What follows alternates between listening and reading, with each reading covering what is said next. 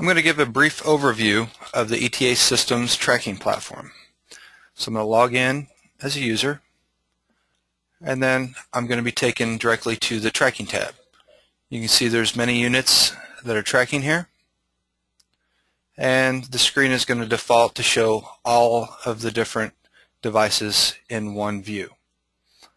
Okay, so I can go in, I can select any of these different units just by clicking on the unit name, and it's going to zoom me right to where that device is. I can see that the device is currently idle, which means that it's going to have the ignition on, but it's not moving. I can select the device, I can see information about this particular device, and if I need to see more information about this particular session, I can select our information tab and pop it up. I can see what the IMEI number is, I can see the start date, the last activity, and just more information about this particular device session. I can also see the location history for today. I can see the addresses, I can see the speed, and then under the info column I can see the different statuses based on how the icon appears on the map. I can also see if there's any alerts that have been generated for the day. We can see that there's ignition on and off alerts. I can also see the different events, which is where we get the ignition on and off alerts from. And I can quickly go back and see different days that the device has tracked and see the historical information about that as well. And if I need to look at a different device, I can just quickly select the name of the device, and it's going to zoom right to where that device is located. We have different filters available. So if I just reselect all the devices, I can go in real quickly and just see all of the moving devices. I can do the same for the ones that have an alert active currently, and same with stopped or moving. I can see the ones that have reported within a certain time range, and I can see up here on the top that 50 of the 62 devices have reported within the last hour. I can quickly change that and see which ones have reported in the last 5 minutes, which is 45 devices.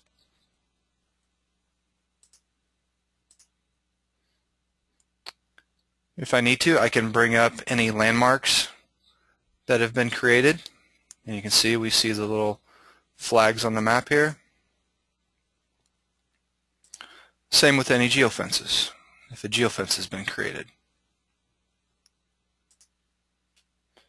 I can go into the History tab, and I can go out and search all the history, and it's going to bring up the current day's history by default.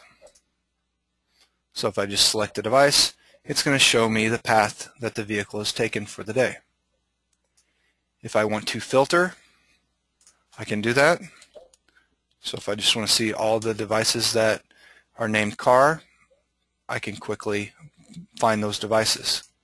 If I want to see historical information, I can go back, hit search, and I can see the different sessions for that particular day.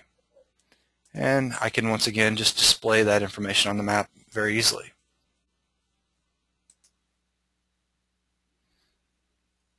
Okay, next we have a routing tab.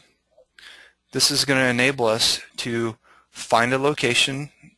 We can either just select a location on the map. So if I just go to the Orlando airport here, I could just select a location, hit locate, and it's going to show me the 3 closest devices that have reported within the last 24 hours.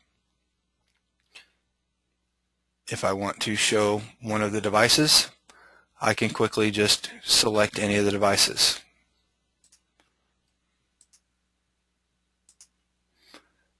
And next we have a geofence tab. So I can display any geofences that have been created for this particular account. If I want to just display one of them, I can just select one and then just display that geofence by itself. If I want to create a new geofence, I can quickly and easily just select the Create Geofence, select what type of geofence I want to create, and then I can just start drawing the shape of what I want my geofence to be. You can select as many segments for the polygon that you need. I can go in, name it. I can select an image to apply when a device is within this area. And I can change the fill color if I need to. I can assign different groups to apply this geofence to. And now if I go back to the View tab, I can see the geofence I just created.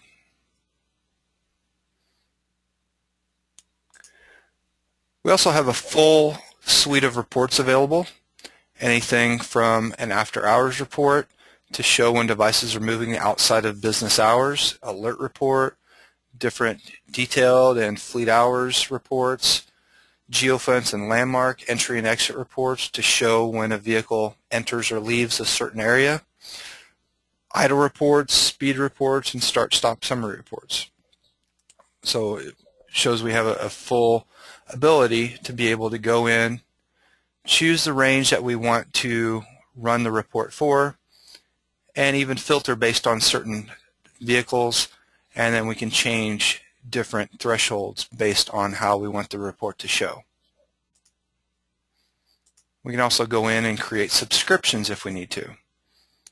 So we can choose what report we want to send, choose our frequency, if it's going to be monthly, weekly, or daily, choose what type of format we want the report sent in, and we can choose the email or emails we want to send it to. We can rename it, and then we can save it. So now we see that now every morning this report will be delivered.